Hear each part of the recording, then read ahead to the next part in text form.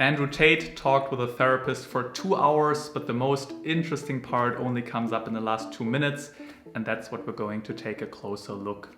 My name is Marco Sander, I'm a psychologist, and let's get started. So here, you want me to tell you what I noticed? Sure. It is hard for you to stay present. Yeah. Right? Like you come present, and then you go to a thought, you go to an idea, and you talk, Yeah. and it's very convincing, and it's very persuasive. Yeah. And you're asserting your worldview, your frame of reality, which, but like sometimes like I lose you there. Yeah. Like I'm like, where are you? Like there's words, but I can't feel you entirely. I understand. You know what I mean? And I want to like feel you more. I understand. You know what I mean? I understand. So what the therapist is doing here is so-called sharing his countertransference. Countertransference simply are the personal thoughts and feelings that have been evoked in this ongoing discussion, and they're talking already for 2 hours here. Therapists and psychologists love to do that, to simply have a deeper reflective discussion by simply sharing, hey, this is what popped up within me while we're talking. I'm losing you. You're always off with your thoughts, but I want to feel you more. And I'm curious how Andrew Tate now reacts to that. But I don't think. But just stay with that. Just stay in that. Like don't let your mind. You see so much right now in his face, Andrew's face, how much he's fighting, and also if you look at his knees, they're shaking more than during this entire conversation. So he's really right now fighting and forcing. There's this fight going on within him right now. Don't let your mind go. Just Don't stay go in the off with feeling. the Yeah, thought. don't go off with a thought. So what am I feeling right now? But just stay with me. Okay. Just stay with me and be present in the experience with no words and see what happens. Sure. See, and Andrew is always trying to think, and the therapist is now trying to drag him back, constantly dragging him back. And you will notice this also now. The next minute, he's always trying to drag him back because Andrew is really fighting with himself. And the therapist always like brings him back. Like something will change in how we relate to each other. Something will soften. Like if you let yourself soften and just be with me, Yeah. right? Which is kind of a weird experience for two men to have. Yep. Right? But it's actually what children long for with their father. It's actually what we long for is deeper levels of connection. Yes. You just let yourself be here with me and just see what happens. But then what are we going to talk about? We don't have to talk about anything. Doesn't it feel good to feel another man? Like just to feel the strength, like without the words, without that layer of thought and dialogue and discussion? Come back. I'm thinking. Come back. But I'm Don't thinking, think. But I have to. You don't have to. See, Andrew is literally saying, I have to. Like he's really forced in this mind thinking going off everywhere.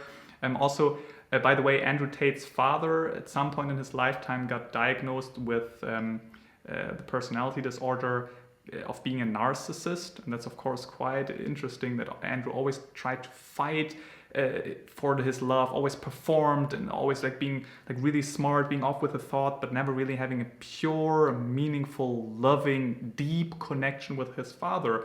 And basically here right now, the therapist is another father figure in a sense, and he's again struggling to have this meaningful, deep connection because he hasn't learned that at any point, and he's literally saying like, I cannot. You don't have to. Just be here. This is the place you get to when you're fighting. It feels good. See, and now Andrew relaxes a little bit. Like the therapist says, just do it. It's fine. You can do it. You don't have to think about anything. And he's starting to relax a little bit. True, but Doesn't it feel good? Yes, but there's an action involved. Like I can feel everything about the person I'm fighting, whether it's good or bad. And I can feel if I've hurt them or not. Feel me. I don't get to punch you, my friend. You don't. Yeah. It's been good fun, and I feel like I've learned some things. And now Andrew is shaking his hands and he's closing the podcast right now, or whatever this is. And he's closing the conversation right now. It's getting a little too hot for him because he's noticing, like he's in hot waters right now. This is an area he's not super comfortable with. He's comfortable talking about all kind of concepts about the world, thinking, being smart, arguing and everything. But now also huge props to the therapist, how he's really making this cognitive conversation into a more emotional one by always dragging him back. Like, don't think, come back, you don't have to think. But what are we going to talk about then? We're going to talk about nothing. And really he's getting uncomfortable in some way, but also relaxing a little bit. It's like a weird thing. This is basically also really nicely showing the relationship also of Andrew Tate with his father, that he was really struggling to have a meaningful, deep, present connection. And that's what I found really interesting. And he stopped the conversation right here. Though you see the guys like each other, and that's because the therapist is doing a really good job. He's really meeting Andrew at eyesight with so much respect and love and nothing else. And Andrew feels that. That's why they also talk here for a second time in this conversation. For 2 hours, they're going deep. Andrew is capable to open up, but this was a little too hot.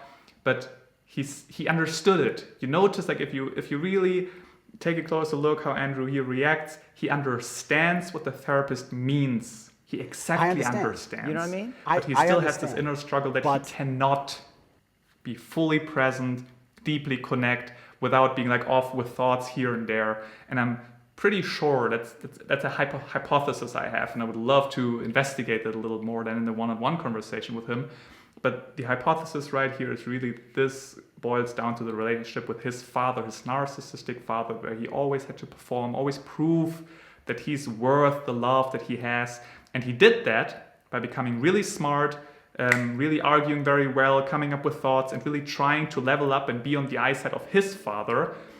And they did that on a very cognitive level, not on a rational level. And Andrew Tate is still seeking this deep, emotional, loving connection that he's not even really capable of holding. You saw that in the conversation. He was always like getting off. The therapist always dragging him back,